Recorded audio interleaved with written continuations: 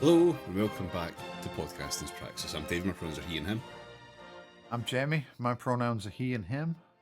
And I'm Alistair, my pronouns also he and him. Toblerone will not be joining us tonight. Is that what we're calling him now? Yeah, Big Tobe. Big Toby L. Erone. Yeah, Rob will be back next week, and yeah, look forward to his return then, freshly invigorated from the mountain snow, which I think is what he's calling it these days. Yeah.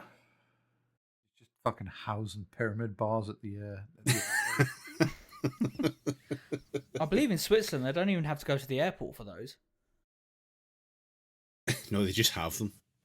There's a special tap in everyone's house. No, it's just what the money is. Special triangular tap. Just extrudes them.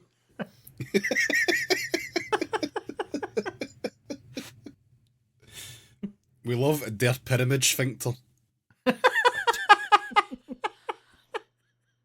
I'd see what that problem's like when it gets backed up. I have really not had a lot of sleep in the last couple of days this show already, so this is good. Good start. Excellent. Okay. Welcome to the problem hour. Yeah, the first problem is that it's longer than an hour. I'm just going to log off. I'm going to log off at 60 minutes exactly. Oh, yeah. See, the problem with that is that you'd be working to rule and you fucking hate rules. Hate working as well. Let's be real. Yeah, exactly. Well, Inside you, there are two wolves. Yeah, neither of them can be asked. Sorry, I haven't had a lot of sleep the past couple of weeks either. Inside of you, there are two wolves. Fuck. It is autism and ADHD, and I am your doctor. Right. Shall we begin on the nuggets because things have happened again, and unfortunately, things just will keep happening. Yeah. It has been a little while since we've talked about reforming in any sort of capacity. I mean, to be honest, it's really quite boring. It's like a low thrum of like slurs that at this point we're sort of just inured to. You get the occasional all your dad's favourites from his playground days. Yeah. I mean, it's just fucking all. It's like they're just pointing at America and going, "Why not here?" Like over and over again. Do you know what I mean? Yeah. A winning strategy, some would say. Yeah. Yeah, and on continuing their winning strategy of just existing and being, scare quotes anti-establishment, and the press lauding them for this and getting lots of votes off the back of it. On Monday, former Tory leadership candidate Suella Braverman defected from the Tories to reform. I mean, has not every fucking Tory you've heard of been a leadership candidate at some point? Like, every time they go, it's time for a new leader, there's like 80 of them enter the Thunderdome. Sorry, yeah, you're right. You're right. I'm from now on, I'm only going to refer to Tory MPs as former non-candidates, if that's the case. Yeah. Because there's like fucking 12 of them or something when Truss became it. Yeah, I mean, there was a fuckload, wasn't there? Suella Braverman is the third MP to go on. Remember when we ended up with Theresa May and there was like 400 of them stood for leadership, and on the first day like 390 or something all just like fucking were like, oh, actually, nah. Do you know what I mean? Like, if there's gonna be a contest involved, I thought I'd be running unopposed. Like, fuck this noise. Do you know what I mean? Like, yeah, they're calling it the reverse Mr. Burns strategy. But yeah, so Suella Braverman is the third Tory to flee the sinking ship this month. The other two were Robert Jenrick and former non-leadership candidate Andrew Rosendale. Who? Yeah, I know. Yeah, exactly. Is he real? Robert Jenrick is. You might remember Jenrick, who said that Birmingham had no visible white faces back in October. And Oh, also yeah, love yeah, to go on yeah. about activist judges and so on and so forth. And He's was the guy that sacked like for. thinks horses aren't real or something, isn't he? I mean, this is that entire wing of the Tory party now. Like they are all Yeah. just like this. Yeah, they're all just So Facebook posters. Do you know what I mean? I would like an elaboration on horses aren't real, please. I've missed this. Source. I made it the fuck up. Oh, But yeah, no, they're all like that. They're all like, oh, birds pollute the airwaves with 5G now because they're all a secret conspiracy from the wokes, and that's yeah. why Well, we see, need I to bring believed it when you measles said back. it. Yeah, Yeah, because but we never had woke back when children used to die of measles. Ergo, right? Do you know what I mean? Like fucking from you can draw a direct causal line from A to B and get ChatGPT to fucking justify that for you, which you then like, you know what I mean? Post about on fucking Blue Sky. yeah, not believing in horses is absolutely fine under the Tory party. Wanting to abolish the ECHR, yeah, absolutely fine. Yeah. Plotting a coup against me personally as leader Well, of the Tories, the H in ECHR stands for horse. The European Commission for Horses Real. horse would be very Really pleased to hear damning that. time for the pro-Brexit horse girl section of the Tory party. But yeah, so plotting a coup against Badenoch is where she draws the line. Everything else is like fair game. Like if what you believe could be a Facebook meme, then it's a-okay. Mm-hmm. I'm just waiting for her to appoint a minister for like fucking, you know what I mean, a minister for rope bridge safety. After all those like AI generated videos of like a woman dropping a fucking boulder on a rope bridge and then a dog having to save crying babies from the river underneath. Why are we even talking about these fucking because they're joining Reform. I remember now. Yeah, Sorry, yeah, I was going to say, why are we talking about the fucking Tory party in like 2026? What's the fucking point? But no, yeah, they're off to join the next government, aren't they? So yeah, yeah, love sad, that for us. It is with a heavy heart I have to bring us back to Suella Braverman. She left the Tories because they believed too much in horses, i.e. they weren't right wing enough. Kelsey blaming the ECHR for making it hard to deport people. You've all heard this stuff before. Like it's extremely boring. We know what the Tories are like. They're just they're self-radicalizing in the like shadow of Reform, and those who are already already have a sufficient disbelief in horses. They are just joining the joining Reform even at breakneck pace. Yeah. Leaving the Tories because of woke brackets problematic. Yeah, I mean it's no surprise that a crypto-fascist party wants to leave or abolish a convention on human rights. Yeah. Weak though it is in the present day, that was established in response to the crimes against humanity perpetrated by the Nazis. But even in that context, like person who hates ECHR joining Reform, shit found in toilet, etc.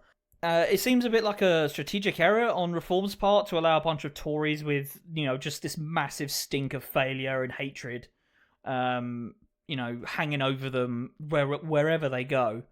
Even those from the most radically reactionary wing of the Tory party, and letting them squat in a bunch of seats under the Reform banner, considering that Reform's biggest selling point pretty much so far has been to smash the establishment, whatever the fuck that means, of course. First through Brexit via UKIP, and now kneecapping the Tories and Labour equally. Yeah, it just means it's our turn on the PlayStation. Again, like there is one controller and it's just one guy with different hats on that has been holding this same controller and whining the entire time that it is his go on the fucking controller.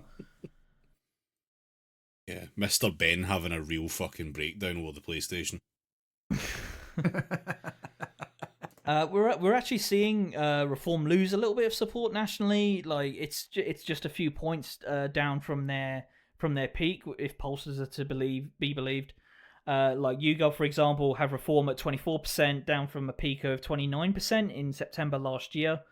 And again, like Suella Braverman and company are hardly going to have the public cheering from the rafters. Like, just failure and incompetence follows these people around, because that's what they are, failures and incompetence. Like, I mean, how many times did Swallow Braveman get sacked? Like 3, 4. I mean, we could be here for a long time. Yeah. It seems hard to see. I think it's hard to see what Farage really is looking to gain from all these utter losers. But his Farage's Headlines. Yeah, I mean, Farage said to reporters, make of this what you will. He said, "We need the experience of people who are on the front line. That is the one commodity we are short of." He's not wrong about that, because every time a reform candidate appears from the ether, there is an absolute coin flip as to whether a local newspaper will destroy them for simply doing some basic research on them. Like, you have to assume that basic research has already been done by an existing MP, and safe bet on that front. Yeah, at least with these guys, you just get a dossier with all the dodgy shit that they've done over the course of their careers, rather than just finding out in the newspaper one day. The stuff that everyone who matters already knows about anyway and hasn't used. Yeah. You're compromised in a useful way.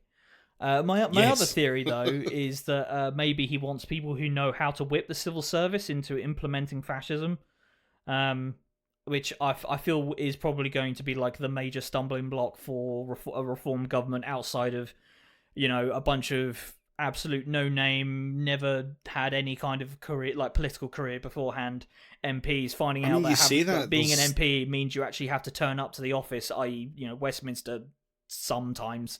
This is the thing. Labour seems to know how to get the swollen-headed teenagers required to do that into government. Like, they've achieved this already, whereas Reform, for some reason, can get the same kind of guy in, but can't get them to actually fucking do anything other than occasionally post about the woke DEI training that they're having to do.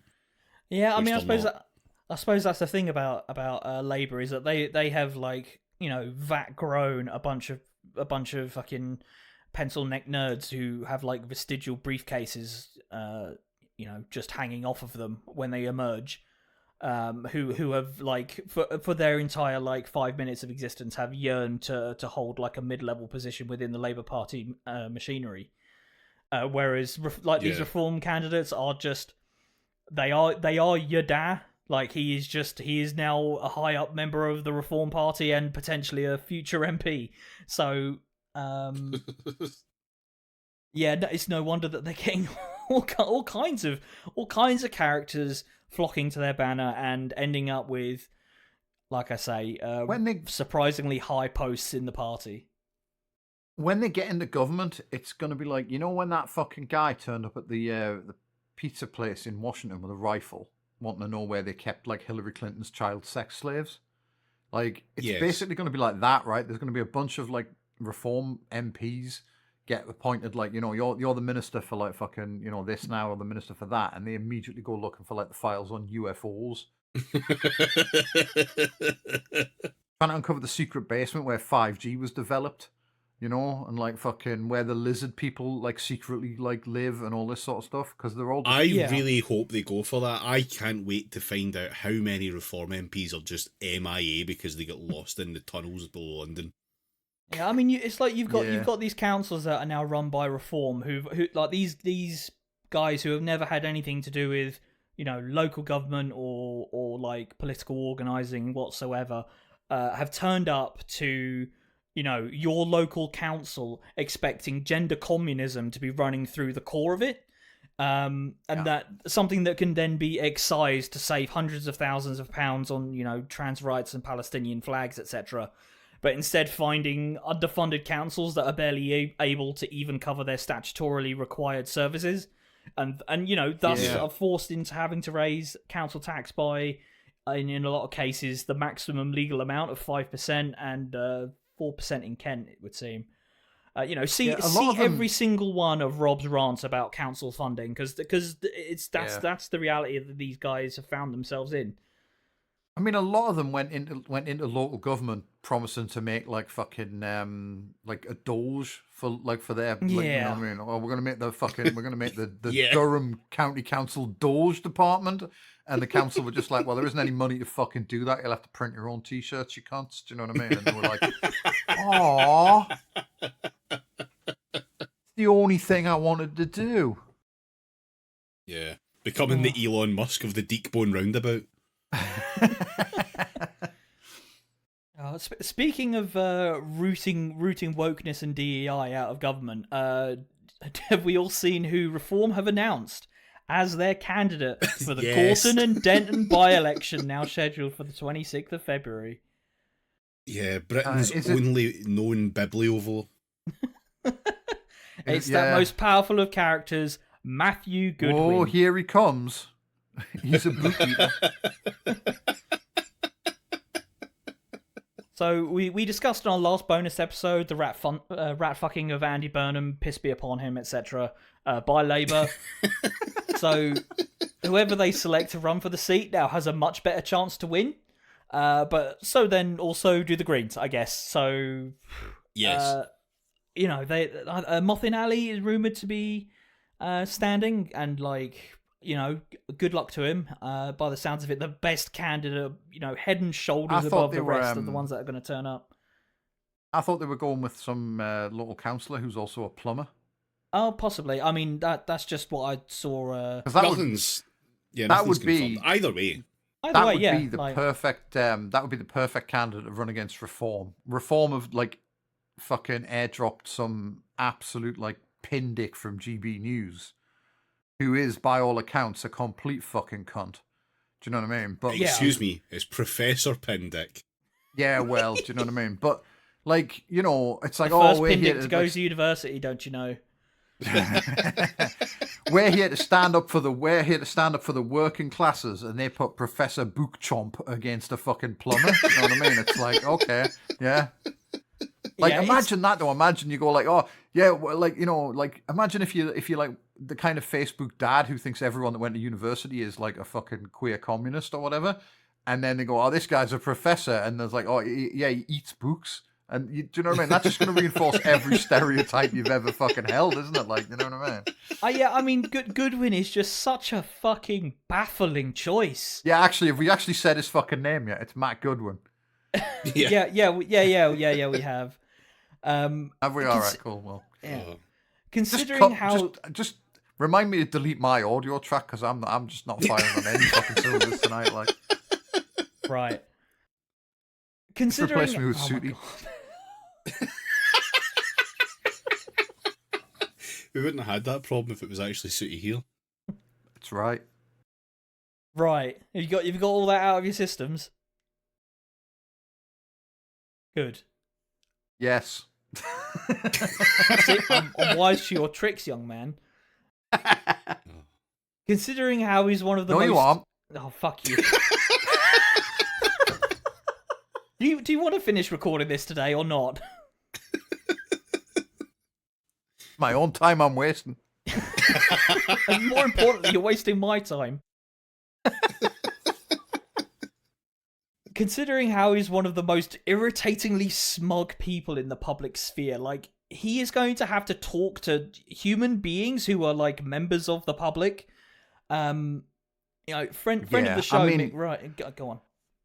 It's gonna be great because he's just a little fucking weasel-voiced fascist cunt, right? And he thinks he's like so fucking clever and such a brilliant intellectual who speaks for the fucking like the common man and all this. But his entire like vision of the common man is all they want is more racism, right? They will happily live in a fucking ditch filled with like sewage and eat like bird shit for every meal as long as their leaders promise a Reich. And like, you know what I mean? You put him in contact with like actual people like on the streets or whatever, and they're all just gonna fucking like tear him apart. You know what I mean? Yeah. Yeah. Friend of the show, Mick Wright, once did a debate with Goodwin on Politics Joe in like 2023, and I mean the topic of the debate at the outset is just madness about whether a woke aristocracy runs Britain, and like Cool, unsurprising. define your terms. Yeah. And Goodwin comes across, unsurprisingly, because this is just the kind of guy. This is just how he is. He just comes across as a totally condescending buffoon who thinks that government is secretly controlled by the gender communists. Once he's elected as an MP, he'll be able to find those gender communists and evict them. Yep. Yeah. In the tunnels below London, search deep. In that same year, Goodwin considered. Imagine if he accidentally unleashes the gender Balrog. we dug too wokely and too DEI. Yeah. This time the gender Balrog will not heed. You shall not pass. There's a better phrase joke in there somewhere, but it's not for me to make. All right, just cut the podcast so far. Let's start from the top. Oh. Wow, we were so censorious tonight. Maybe it's because we were talking about Matt Goodwin so much. Yeah. Yeah. No, I keep just getting going to past eat the notes from the podcast. gender communists. You know what I think would make this run more smoothly is if we all logged on to EVE Online. No. What if It would 2/3 make your of us part logged run on more to EVE smoothly. Online? Oh, fuck's sake. In that same year, in 2023, Goodwin called himself a member of the liberal left and show your working, please. And while this, in the end, it makes it clear why Goodwin went and joined Reform in the first place, it doesn't make any fucking sense as to why someone so odious and personally repulsive has been selected to represent Reform in the seat. Unless they are specifically selecting for that, though, I guess. And also, I suppose, in the context of Reform modelling itself after the American Republican Party, which is now a party of, by, and for repellent right-wing podcasters. Maybe that's the rationalisation. And like fucking, you know what I mean, unrepentant Hitlerites. Because there's that fucking cunt in California that was like running for some fucking shit out there and like posting fucking, his plan to end unemployment in like California. It was a picture of Auschwitz. Yeah, I mean, Nick Fuentes is a leading voice now that Charlie got kirked. So Goodwin also spoke to Nick Robinson. Like this, I think this is just a little bit of background on Goodwin, his recent history anyway. He spoke to Nick Robinson on his podcast in 2024 and said, "I saw essentially many people around me, 90% of people in universities, decide that half of the country were racists and ignorant thickos because they happened to vote for something that the elite class didn't believe in." And he thinks that this is, gender communist when it is in fact, this is just the liberal establishment, which does exist, of course. Yeah. So Oliver Eagleton wrote a good piece in the New Statesman a little while ago, which was charting Goodwin's descent from a boilerplate liberal, in the early 2010s, he did, he supported, the melting pot and cultural melting pot and all this stuff, to what he is today, which is basically a foaming at the mouth reactionary. And the excerpt starts like this. Goodwin's new book, Values, Voice and Virtue, The New British Politics, reflects this shifting sensibility. Its argument is wearily familiar that the UK's elite stratum has become divorced from the conservative instincts of the majority, that the commanding heights of our culture, media, universities, political parties have been captured by cosmopolitans who impose their outlook on the rest of the country, and that this woke mob has cultivated a censorious political climate to silence its opponents. The atmosphere has become so... woke mob, the Labour Parliamentary Party. Uh-huh. Come on. The atmosphere has become so oppressive, writes Goodwin, that a range of actions that are not racist are now considered unacceptable, such as imitating the accent of another group, brackets, or feeling uncomfortable about somebody speaking another language in Britain. To win back the trust of the masses, politicians must stop condemning such behaviour and end the tyrannical prioritisation of immigrants and minorities. Yeah, so... That absolutely makes it sound like he has a favourite accent to do. You know what I mean? Like he's got a hierarchy of funny accents. Yeah. And he's real mad he's not allowed to use any of them anymore. His party piece is doing Jamie Oliver's like curry song from memory. I wonder. Yeah, I big wonder fan if. of UKIP Calypso. I wonder if Goodwin's got a favorite minstrel show or favorite jam or something like that. I'm sure that's something that he thinks about way too much. Yeah, the woke mob just can't appreciate the classics like Al Jolson. Okay, mate. Yeah, I mean, it feels to me like Reform is doing everything in its power to rat fuck itself. I just, an utterly bizarre No, party. it's actually sound electoral politics to aim for your entire fucking voter base to be 99-year-old grandmas who are mad that like their gollywog collection's illegal now. Yeah, I mean, essentially, the people who will be aware of Matt Goodwin are a bunch of irony poisoned shit posters on Blue Sky who saw him eat a book once, and a bunch of pensioners whose minds are being melted by GB News slop like 25 hours a day. And like, far be it from me. I know they've got a high propensity to turn out in elections, but is that the only constituency you need in order to win a by-election in a seat like Gorton and Denton? Apparently, it's got quite a sizable younger population as well. I mean, yeah. I mean, like I say, utterly bizarre. Who can say? But you know what I mean? Like all of the GB News pensioners will be dead soon, so that's something to look forward to. Well, they have to die between now and February 26th, so. But yeah, utterly bizarre. A party with very loose guiding principles in anything other than implementing blood and soil nationalism as well, and like replacing the NHS with a private insurance system, which I feel like are basically the two things that Reform are known for, really. Other than that, it's all vibes. Yep. Wonderful. I mean, I suppose it must have been a really hard choice for them between Goodwin and Simon Danchuk, who was also rumoured to be standing for Reform. Oh man.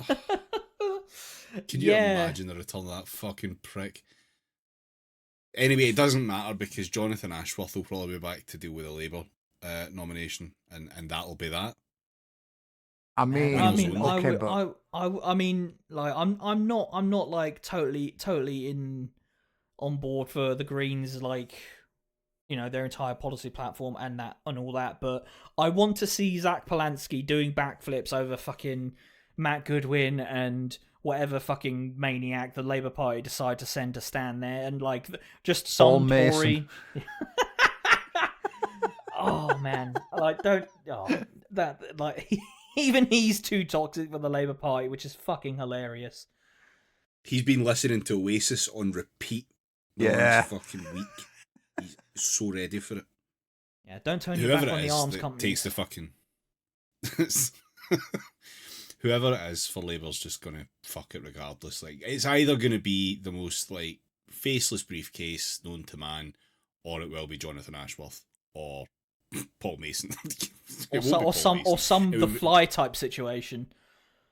Yeah. I really want it to be Paul Mason. I really would like to see him start, especially in a by-election where he gets like a lot more airtime. I would love for Paul Mason to just be the guy they stand in every by-election that Labour has to defend for like until the next actual like general election, because I just want to see him eat shit over and over and over again. I want to see him broken as a man. That would bring me like a great deal of joy. Yeah, it's never gonna happen though, because like he used to be like he used to be on the left, and so like, you know, if there's one thing the Labour Party can never forgive, it's having been on the left at any point. I mean, we went into it a little bit on the recent bonus episode about Andy Burnham. The Labour right, like, the long story short, the Labour right still hate him for a minor deviation from what the Labour right believes in 2010. Yeah. So they do not forgive. They do not forget. Hospitals were good or something like that, wasn't it? Yeah. Never mind all the footage of him saying that the Corbyn Labour Party was brilliant for the brief period that he did that shit too. So yeah, it's like, you know what I mean. It's like they handed him a gun and they said, you have to shoot this grandma to save the NHS £47 on a bed for the night, and he just wouldn't pull the trigger. So that's it. Like, he's out in the cold forever now. Yeah. Yeah. Anyway, that's our reform wrap up for this week. This is an ad break on Podcasting as Praxis. This advert is for the Patreon of Podcasting as Praxis. On the Patreon of Podcasting as Praxis, you will get at least 2 monthly bonus episodes of Podcasting as Praxis, where we discuss lots of topics, including new types of guy, celestial boondoggles, monetising whale shit, and, reluctantly, Scott Paul. You will also be able to join the Podcasting as Praxis Discord, a place to talk with like-minded people about lots of topics, including new types of guy, celestial boondoggles, monetising whale shit, but not Scott Paul, and also, of course, Podcasting as Praxis.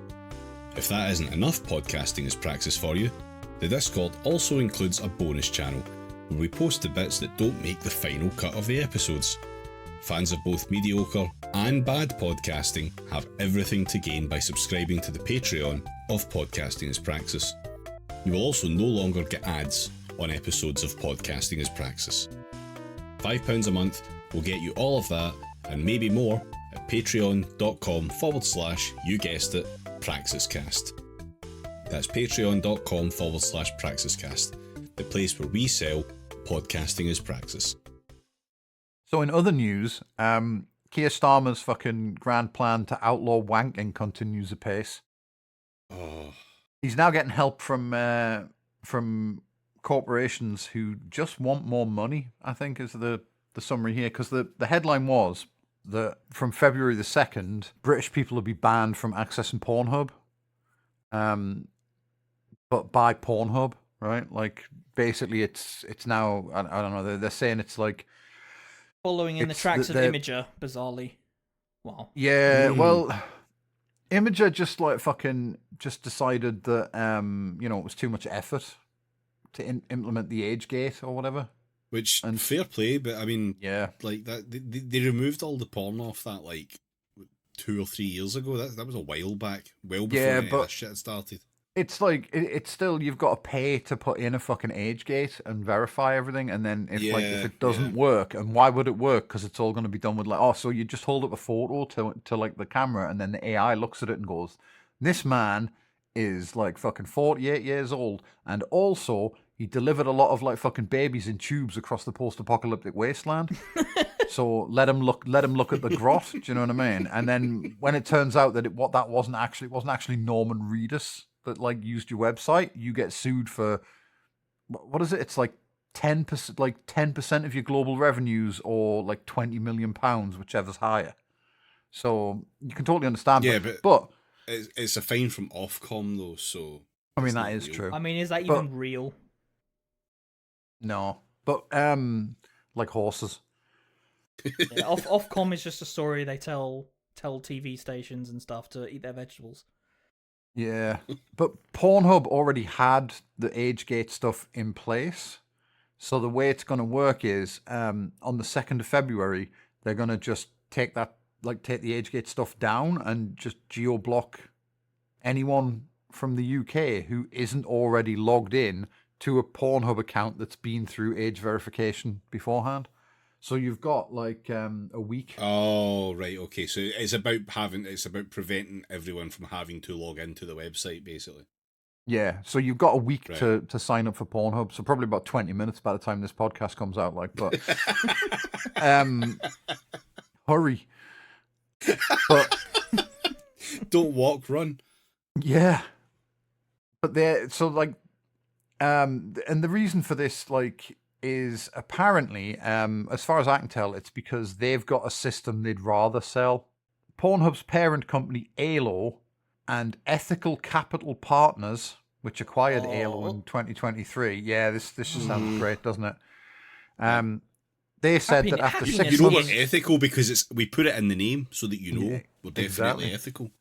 You know what it is? I just remember that guy that got fucking left off the Steam forums for... You know those people that did that fucking game about Brexit. It was like Papers, Please, but for Brexit, where you were a bouncer at nightclubs or whatever. Oh, Not Tonight, yeah. Yeah. He went in and asked them if their game was political. Oh, yeah. I do remember this shit.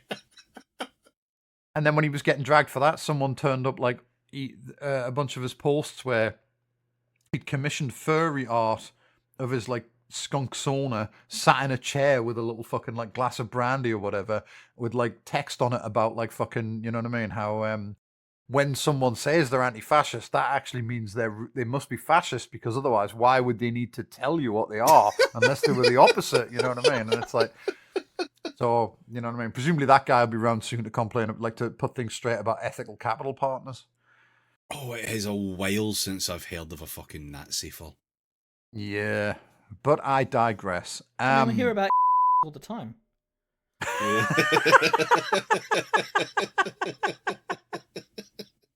Oh, what a time to be alive. Yeah, so ALO and Ethical Capital Partners, which acquired ALO in 2023, said that after 6 months of complying with the UK's Online Safety Act, it's made the choice to restrict access in the country entirely. People who've already verified their ages with the current verification system will still be able to access, but anyone who hasn't already done so by February 2nd will be blocked entirely. Block English accounts, don't read English posts. Exactly, yeah. Don't show Brits pornography. So yeah, so they've said that like when ECP acquired ALO in March of 2023, one of our most important commitments was to work with regulators in industry, adult and mainstream, in order to find a solution to keep minors from accessing explicit content online. Solomon Friedman, partner and vice president of compliance at Ethical Capital Partners, said in the call. That remains a key focus of our attention today. ECP does not wish for one single minor to be able to access adult content. Well, that's why they keep saying the full name. Yeah. It unfortunately is disheartening that regulators have not been given the legislative tools they need, and instead have been provided with really flawed sets of laws that in some jurisdictions were never intended to succeed. So, yeah, that's basically it, right? They're blocking it to try and like force change to make the laws better, because currently you can just like, you know, scan a picture of Norman Reedus and then look at all the filth you want. And you know, there should be a better alternative for that more effectively protects minors. Okay, do they have a better alternative, and is it proprietary and owned by them? Well, let me just read one more quote from the guy. We have seen 6 months of failure out of the United Kingdom once again. I mean, it never stops, really. Again implies there was a gap. Many more months, I would go so far as to say. Not because Ofcom is failing, you sure about that? But because the law is failing, Friedman said. And for that reason, from the ECP perspective, as the ownership group of ALO, we want laws around the world that protect children. As part of the call, ECP and ALO presented a demonstration of device-based age assurance, which ALO, the adult industry and anti-child exploitation organisations, has said is safer and a more effective way to keep children from accessing adult material. So there you go. It's like, you know what I mean? It's every phone in the country should send everything you do to the government so they can approve. Or like, you know what I mean? Keir Starmer has to personally read everyone's texts and decide whether it's allowed to be encrypted or not.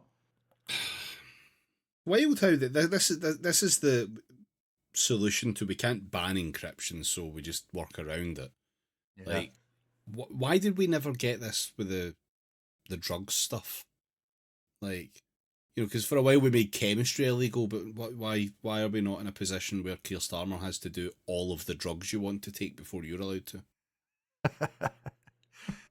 I mean, it's a fucked idea, the device-based stuff, because like, it's never going to work. Is the main thing, right? No. They're never going to come up with... There's an inherent layer of insecurity attached to it. Like, I mean, automatically make every device insecure.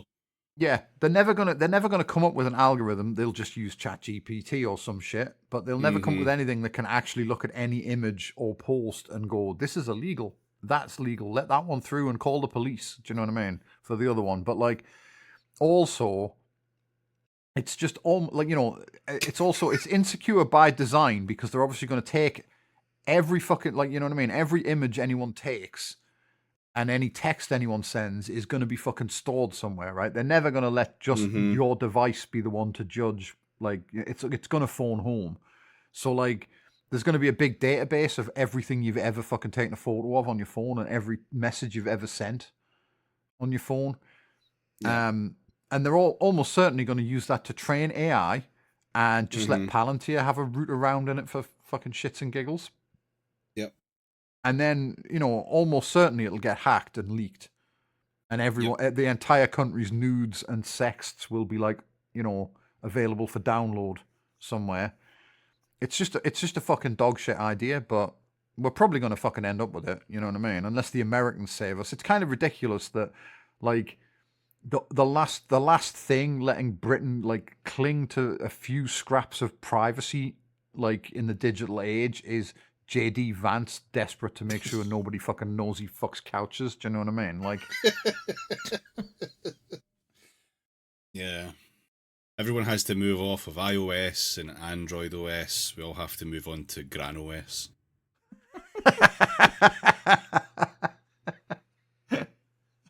The operating system where if you ever log into it, it immediately just calls the police. Correct. Right. Shall we do a little article read? Because yeah, why not? It has been a week of stuff.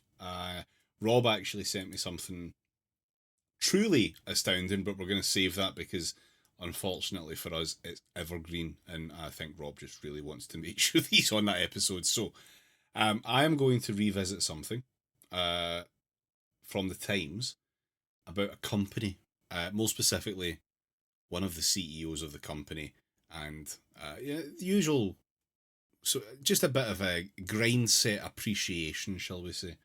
So from does he have November, a diary? There is a bit of that, but no, it's more wider and about how the grind set really is important for your work. But we'll get into it. So a bit of background. This was an article originally on the 24th of November in the Times.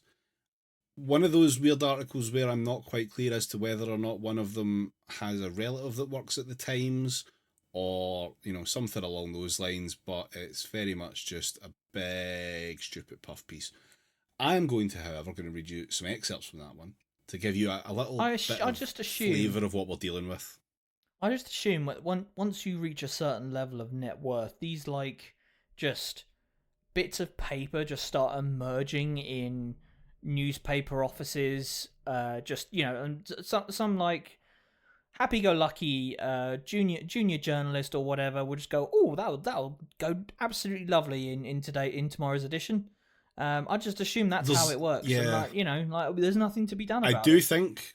I do think there's an element of that. You just write on a bit of paper, our company's net worth is X amount. Please come see us, and someone, probably will. But this has actually happened twice now in the span of 3 months, and that's why I'm like, odd. So, this is from Meet the Hard Grafting Brothers. Meet the Hard Grafting Brothers, obsessed with health and well-being. Health with an F being the name of the company. Oh, yes, it's called Health. And welcome it's to about health. Well-being. This is some Richard Littlejohn bullshit. This, like, health and safety, mental health. You know what I mean? Like, fuck off. No, the real grind set guy, it refers to it as mental wealth, Jamie. Like, that's.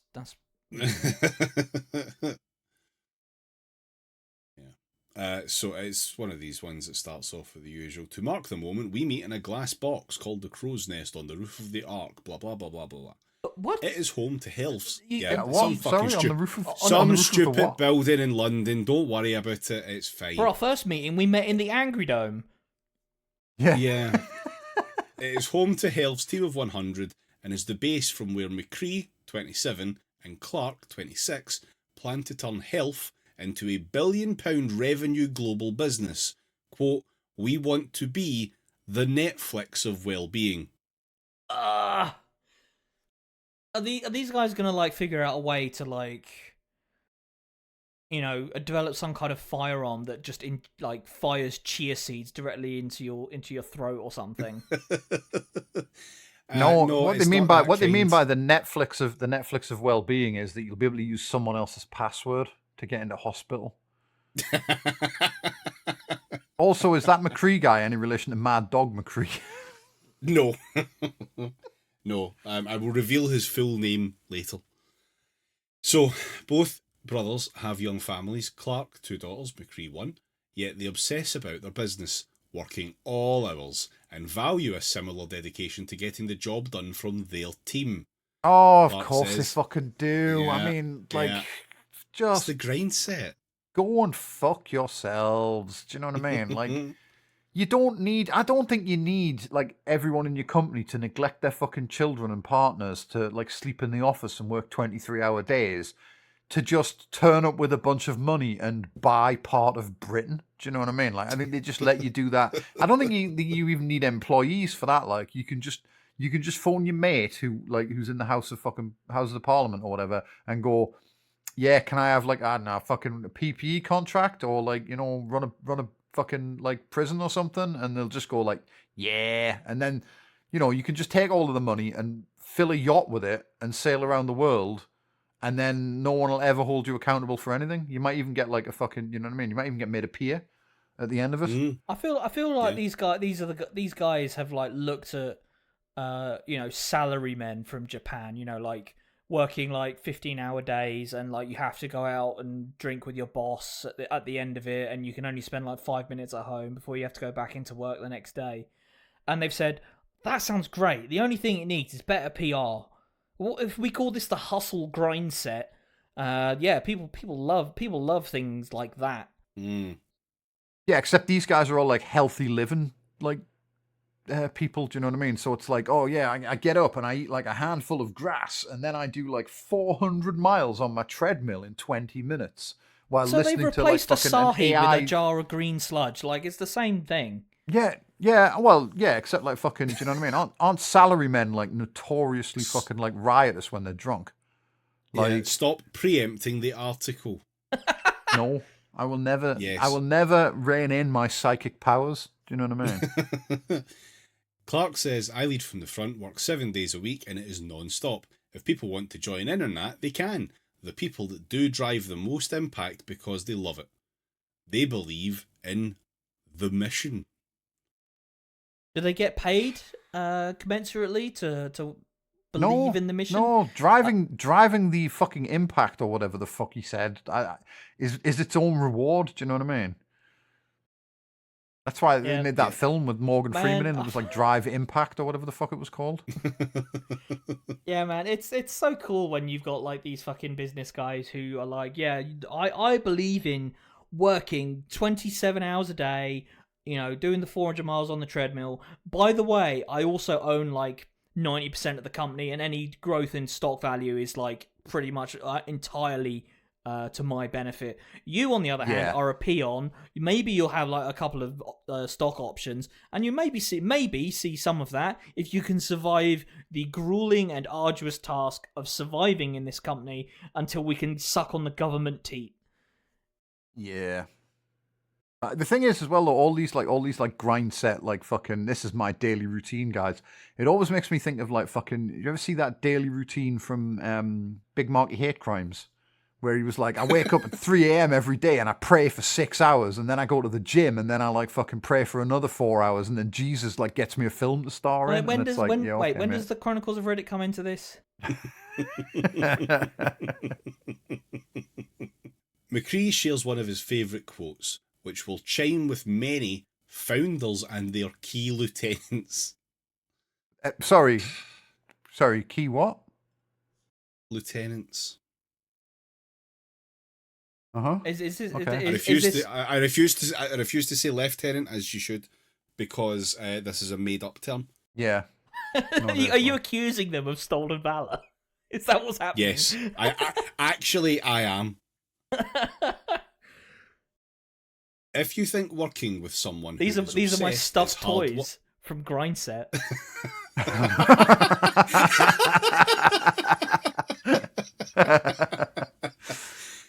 If you think working with someone who's obsessed is hard work, try working with someone who isn't. I have. It's actually much easier because they're not annoying as fuck. Yeah, what I want is just an entire army of Jobsworths. Sorry, not army. Yep. No. The pair even have an unsell email that they send to new recruits who are offered a role. It makes clear what working at the company will be like, the reasons why they shouldn't join health. The pair are happy when it results in people backing away. Nothing We of don't value want to be was a created here. To quote, we don't want to be a company that imposes things on people. Some people drop out as they think, this isn't for me. That is like a huge win. The best thing ever, says Clark. What they've created is a cult. I mean, yeah, like, we don't want you to do things you're not supposed to, but also you really should be given this, like, everything you've got. Skipping a bit to the routine. Clark says his current routine, guided by his biomarkers, includes taking glutamine with omega-3 in the morning, then celery juice and a probiotic at lunch, and magnesium glycinate before bed. He also uses creatine and amino acid supplements with electrolytes from the brand. You know Just how insert a little beat there, no free advertising, fuck you. you know how Before he works out. you know how if you want to post like a recipe online on like a recipe website, it has to start like my fondest memories of this dish stretch all the way back to 9/11 and things like that. Do you reckon this is like the obverse of that? If you're going to talk about business, being a business guru, but like contractually you are obliged to talk about your fucking daily routine. Yeah. Here's what 9/11 taught me about B2B sales. He does yoga and meditation every day, but he isn't rigid about any of it. That's probably the yoga. He adjusts the routine as real life requires. Rigid yoga could be a thing, like, you know what I mean? Could be the hot new trend. It was a big thing in the Finally, 2010s. a yoga that I can do. Yeah. Remember planking? We're bringing it back. And a final little quote from this article, more about the company than anything else. Asked what it's like to be working so closely as brothers, Clark says, great, well, McCree offers, love it. Adding, you go through everything, the ups and downs. You create the deepest bonds when you are at war, and this is like being in the trenches. I now have to tell you that this company is all about being a kind of like Steam marketplace for health products. That's kind of it, really. Yeah, that's why you have to be a high-speed, low-drag Tier 1 operator in order to maximize your B2B sales. And, you know, like, the green sludge isn't going to blend itself at 2:30 in the morning. Yeah. Let's hear it for the middlemen. Also, did McCree also say that you go through the ups and the downs and then you kidnap the mayor and hide out in an abandoned gold mine or something like that? No. Like, so he was just badly superimposed on the background throughout the entire interview. The article there from November is followed up by one from just last week, and this is presumably off the launch or the upcoming launch of their personalisation service, which is £289, or at least the existing service ad was £289 a year for a service that includes 2 blood tests, and they will come back and say, yeah, you'd like these products for the cost of 2 bits of blood and £289 English. Fucking hell. They presumably also give you blood to like Palantir and OpenAI, so that they can fucking. I have no idea what they do with it other than, you know, test it in some unspecified fashion, but who fucking knows. So this follows up with one of them getting a byline in the Times now. Wow. Gets to write his own article. Hooray. So this is from Lestat McCree. What? Yes, or Lestat. I don't know how that You're name's supposed to be fucking pronounced. with me. You are absolutely No. fucking with me. There's a guy called Lestat and he wants your blood. Like that. This is what you're telling me here. Yup. So This like fucking just hack, you know. I mean, yeah, it's hack. Lestat McCree is like someone on DeviantArt's OC. Do you know what I mean? Where it's like a vampire with two 6 guns who like rides around in a fucking like horse-drawn coffin or something like that. Like it's wacky races. Lestat McCree, fuck off! You're making this shit up. Like, do you know what I mean? This cannot be real at all. Oh, I'm sending you a fucking screenshot. Like I need you to fucking believe me here, and I'm gonna send it along with the headline as well. The headline which reads, "I'm a Gen Z chief exec. Work-life balance is an unhelpful myth." That's you photoshopped that, mate. It's AI. I can tell from some of the pixels. I can tell from some of the pixels and also the name Lestat McCree. Yeah, from knowing many Lestats in my time. Lestat McCree, the boss of Health, the wellness products retailer, argues that genuine achievement requires dedication, which in turn requires sacrifice. Oh, fuck off! The problem I have with this Human guy, sacrifice, one assumes. the problem I have with this guy is every time I'd say his name, I'd just end it with like "c'est moi." Like I just. I mean, okay, can we go back a second so I can call him a cunt Yeah. for work-life balance is an unhelpful myth, unlike Dracula's. Yes. You know what I mean? Like fucking. Yeah. More work-on-life balance is needed. Work-life balance has become one of the most celebrated ideas in modern working life, and one of the most misleading. When you look honestly at how exceptional things are built, balance is almost entirely absent. Study anyone who has achieved something genuinely exceptional in sport, business, science, or art, all of which are the same thing. This guy, And balance is not I what very you see. much doubt that this is the kind of guy who is prepared to strap a piece of radium to his arm for several weeks just to see what happens.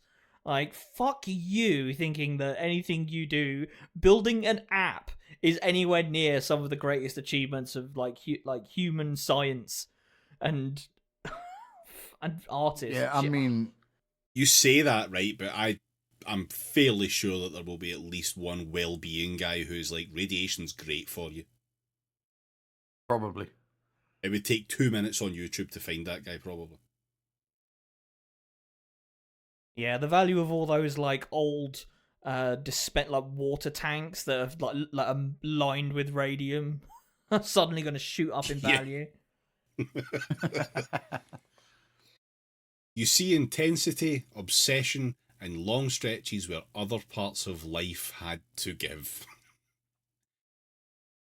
Yet, by elevating balance into a cultural ideal, we're no longer telling people the truth. There's power in a union. that mean- There's power in a union. There's power in a union. Take young people entering the workplace with big ambitions.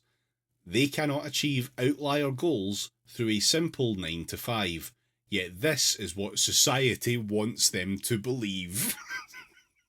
Like there have been fucking so God, there have been so many studies that have been done on like productivity at work, and like every single one of them says that once you go beyond about 60 hours in a week for longer than like a couple of weeks, you start to just see these massive drop-offs in productivity. yeah, but not him though. No, of course But not him, because he does like 60 hours a day, right? And like, you know what I mean? It's like, yeah, I wake from a fucking like a coffin filled with the soil of my homeland, and then like fucking, do you know what I mean? Put on my Stetson and eat a big bowl of like fucking cornflakes, and then I've made $12 million. That's the grind set, you know what I mean? And it's like, yeah, because you're already rich, you cunt. Do you know what I mean? Like, but if he doesn't put this myth about, then he won't have enough people like come and fucking join his shitty fucking company to do all of the work for him, and then his grind set will fail. You know what I mean? Like, the grind set is always just about convincing other people to like get on the grind set, but a rung below you so that you can like skim off the top of their labor and be rich. Like, just everything in the fucking world now is a pyramid scheme. It's fucking, you know what I mean? Like, ugh. Remember when pyramid schemes were like, you know what I mean? Like frowned upon. Yeah, less pyramid schemes, more pyramid bars. That's what this podcast is calling for. Yeah. We accept this instinctively in sport. No one looks at an Olympic athlete and asks whether they've found the right balance this season. We expect total commitment. Nobody gives a shit about whether the gymnasts can balance or not. We expect total commitment and understand that excellence demands sacrifice. There it is again. Yeah. I wonder if there's a difference between, like, say, 12 people in the whole country, like, trying to win an Olympic medal and the workforce. Do you know what I mean? Is there something there that suggests, like, one might require more dedication than the other, right? Like, do you know what I mean? If you're at the peak of your fucking sporting, like, you know, if you're at the peak of your chosen sport and you're one of the best in the world and you want to try and prove it just for glory, right? You know what I mean? And it's like a key part of that right there is that, like, those people aren't expected to do the 9 to 5, right? You know what I mean? If you're an Olympian, that's your job. You don't have to, like, fucking go to an office and listen to this cunt fire fucking, like, 6 shooters around, like, the place and fucking, do you know what I mean? Talk about how, like, he's fucking, you know what I mean? He wants everyone. It's not even necessarily a job though. Like, you don't put fucking, you know, Olympian down as your fucking thing in the census, do you?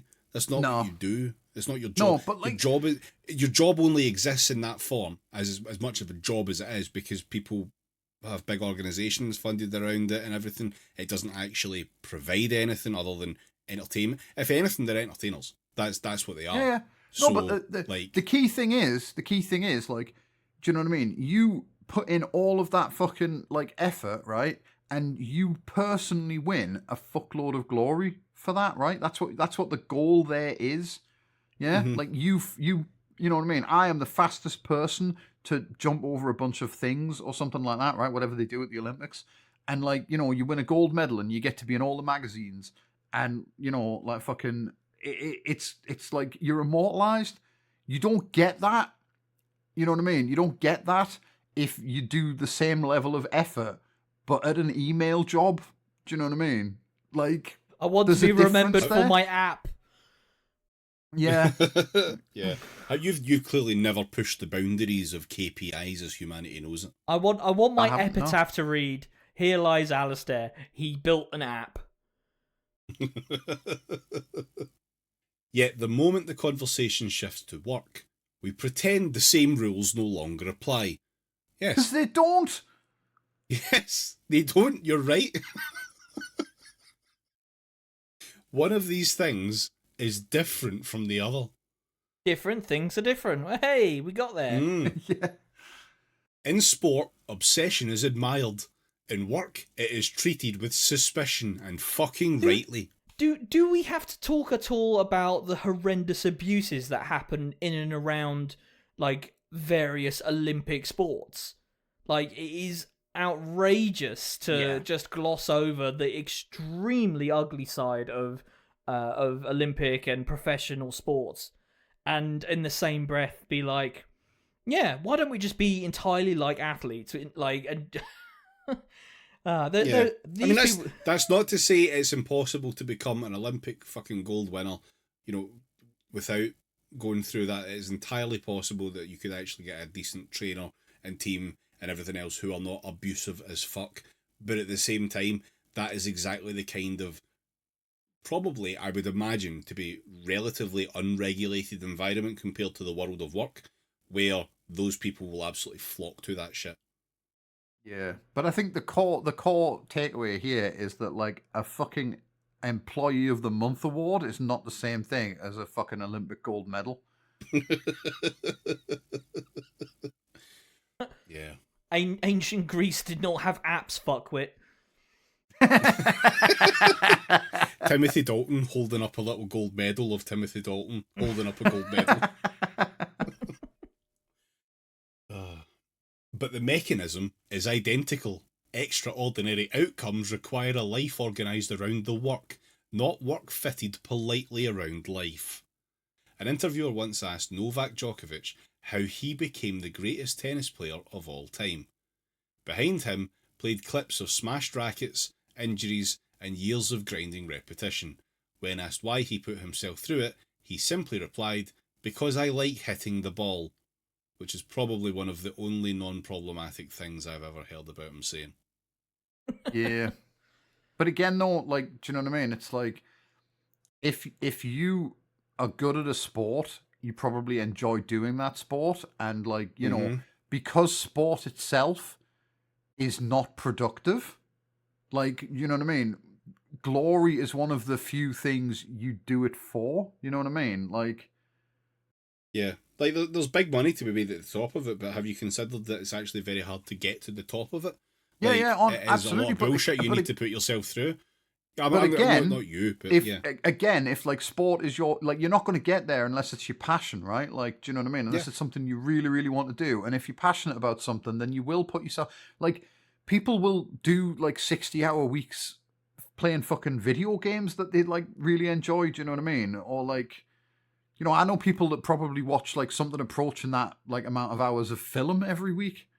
You know, just Yeah. because they enjoy doing it, and it's like that is different to, again, like a fucking job where you, like, you know what I mean, you get ChatGPT to mangle spreadsheets so that you can fucking sink the NHS and retire to an island. You know what I mean? Especially considering you won't be the person retiring to a fucking island. Do you know what I mean? You'll be the person going to jail for malpractice when the spreadsheets turn out to have killed a bunch of people. While, like, fucking, do you know what I mean? Mad Dog McDracula over there, like, fucking just turns into a bat and disappears out the window into the night. His answer contains a truth many of us would rather avoid. No, it doesn't. Greatness doesn't come from discipline alone. It comes from liking the work, the boring parts, the repetitive parts, the painful parts included, so much that the effort stops feeling like a tax and starts feeling like the point. Oh, we hate tax, don't we, you fucking prick? Yeah, again, though, it's easy to like the work when the work is getting up early and shouting at other people to make you money. This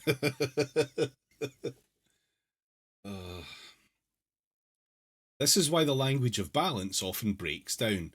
Balance assumes work is something to be offset or diluted. No, it doesn't. No, it doesn't. Abolish work does, and I stand by that. Yeah, again, though, because, like, again, the people working under him probably fucking hate their lives and wish they were dead. Yeah. If not when they join the company after a few weeks, you know? Yeah. Like, but the whole grind set thing is just, like, other industries attempting to, like, gain the advantage that the games industry has, right? Or that, like, like film and TV has. Do you know what I mean? Where people think, "Oh, that looks really fun. I always wanted to do that. Like, I love watching films or I love playing video games. I'd love to work in that industry. Imagine how creative and fun it must be." And then you just get like ground up and fucking spat out. You know what I mean? Like, for the benefit of like 12 people at the top who own like fucking, you know what I mean, 17 yachts each.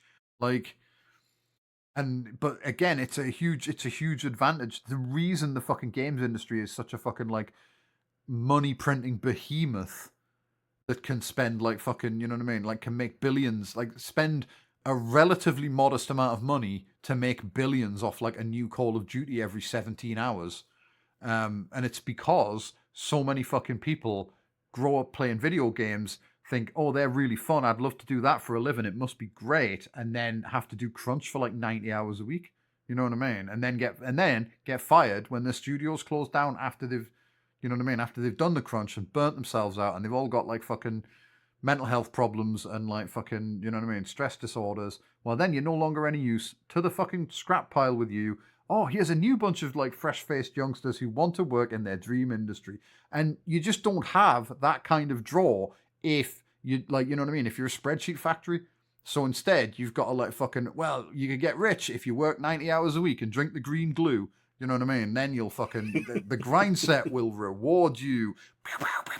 And it's like, no, it's not going to happen.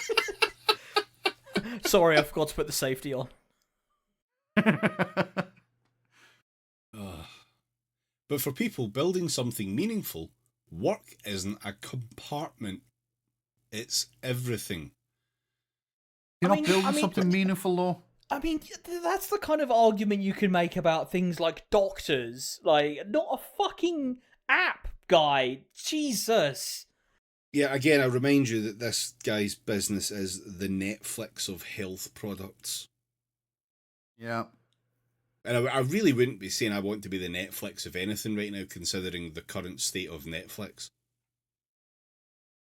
Well, they, more like, on that you know, later. I don't know. They live streamed a guy climbing a building the other night. That's not nothing. Right, well, I could get that on Live Leak, you know what I mean? Like... But what about burnout? What about relationships? What about laundry? Balance is tempting because intensity is misunderstood. Long hours do not cause burnout.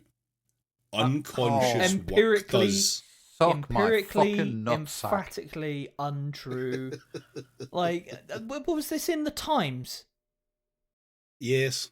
I mean, not the FT though. Like, at least they do their fucking homework. This guy is just like a fucking propagandist liar. Yeah. Long hours do not cause burnout. Unconscious work does. What intensity. Does that mean? Is this guy against working in your dreams?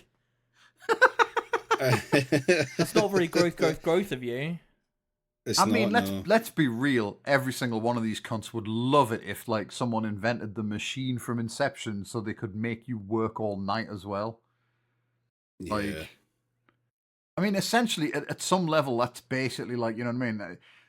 Like, that would basically just be ChatGPT, right? If you had a bunch of people like dreaming and trying to write spreadsheets under dream logic, that's essentially what we've created with like fucking LLMs. Yeah, having to wait until I log into my dreams so that all the bullshit I've had to deal with during the day makes sense to me. Yeah. High intensity is healthy, energizing, and deeply fulfilling when it is chosen consciously and supported properly. I think the only time work is ever energizing is if you're in the transporter room.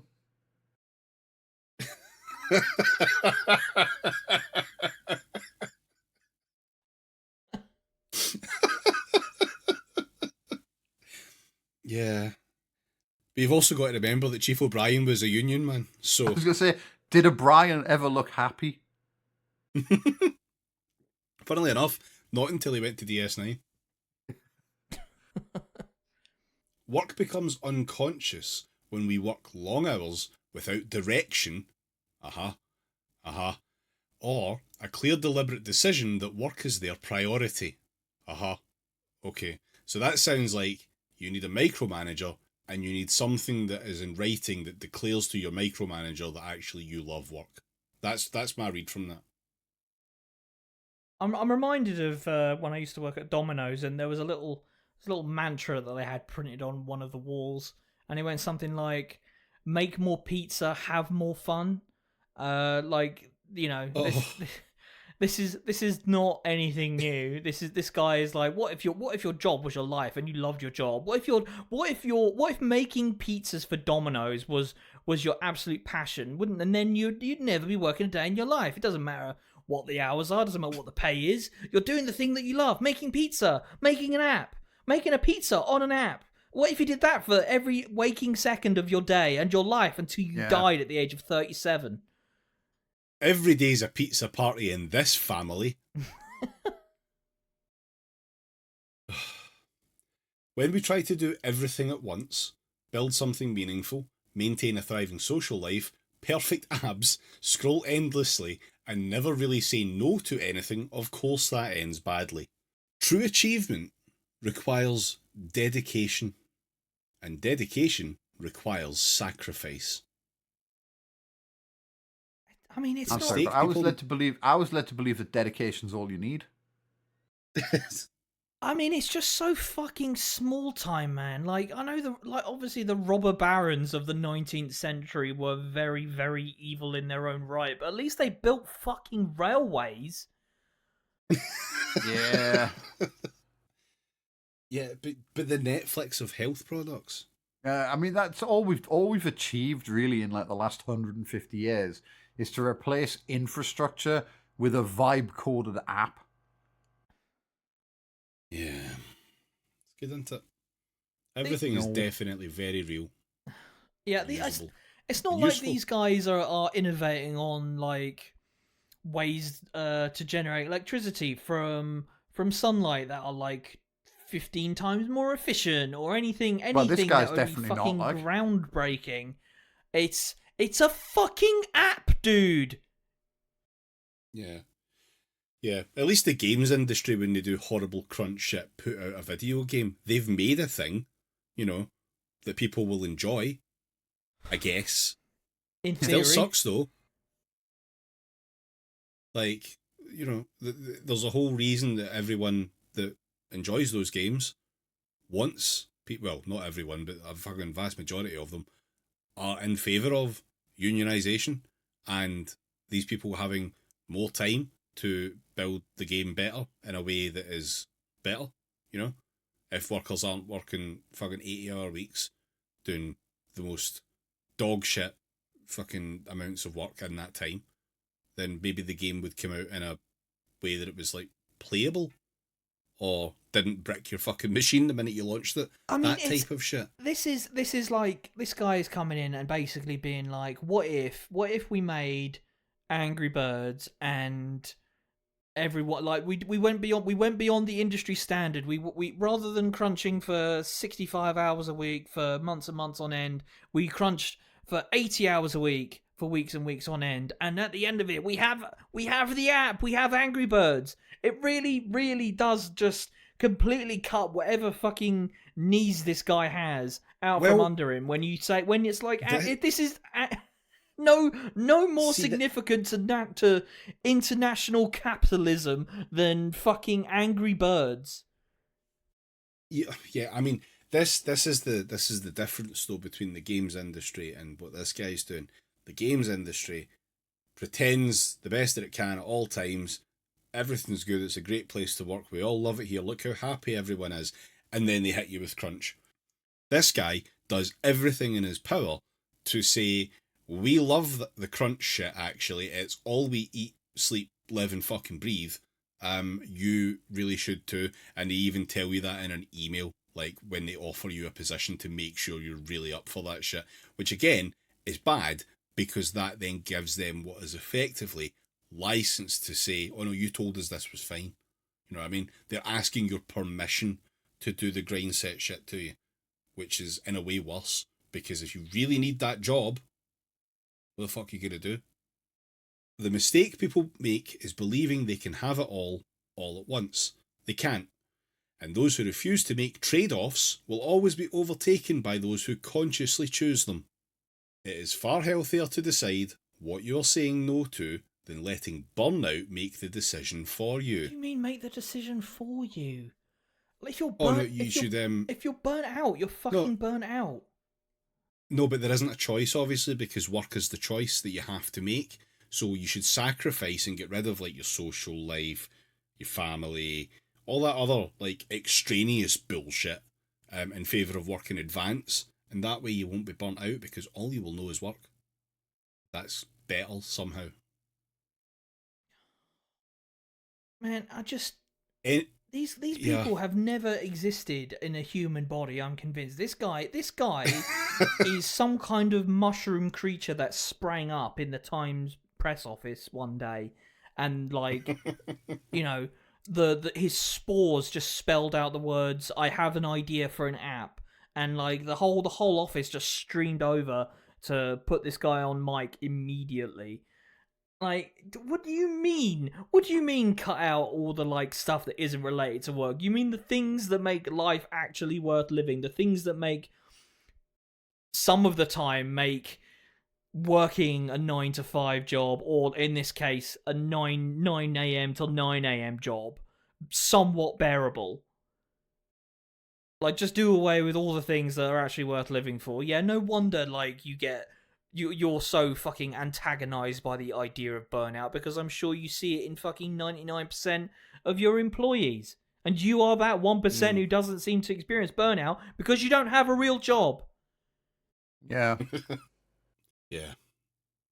Anyone can commit to this level of dedication if they're willing to make the choices. One of the clearest lessons I've learnt building health is that sustained intensity depends on well-being.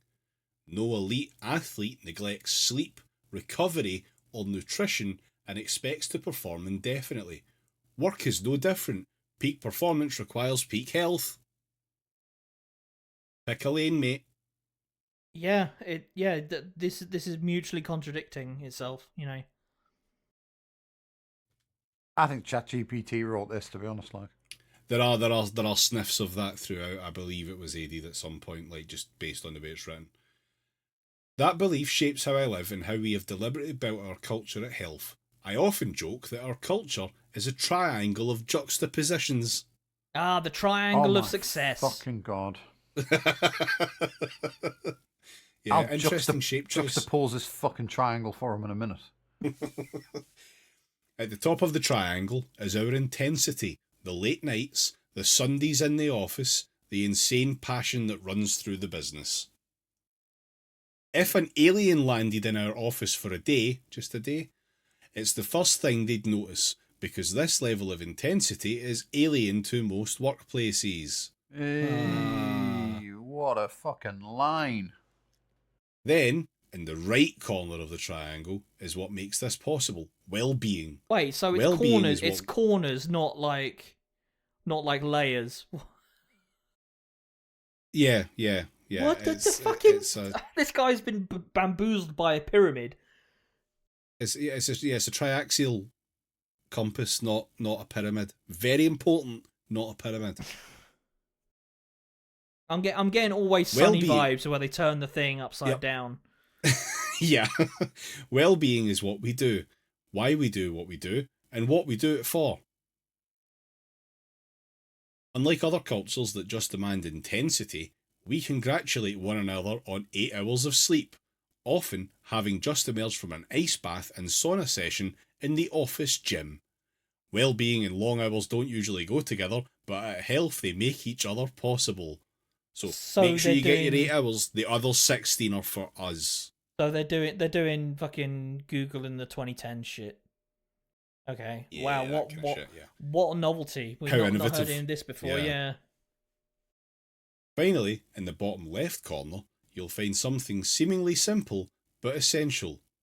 We're good, honest people. We have a pyramid to tell you so. A triangle, sorry. We have a team full of big-hearted champions that care deeply about one another. We're here to fight for well-being, and, as any soldier will tell you, the deepest bonds are built in the trenches. That comes up again. He loves the fucking trenches. Yeah. Any soldier, you know what I mean? Any soldier, as long as they were fucking born 100 and something years ago, will tell you about the trenches. Yeah, my understanding is that when people were in the trenches, the thing they loved so much about it was the fact that they were in the trenches. Yeah. Like, there was definitely no... I mean, it's all they talked about. Yeah. They wouldn't shut up about the trenches. Day 475, still in the trench. Of course, there are trade-offs, and it is anything but balanced. But we are clear about what it takes, and it's led to an incredibly special culture with an intense and deeply well-being obsessed team. I'll bet. I love this. I love that he's like going on about how obsessed they are with, like, it's not health, it's fucking wellness shit.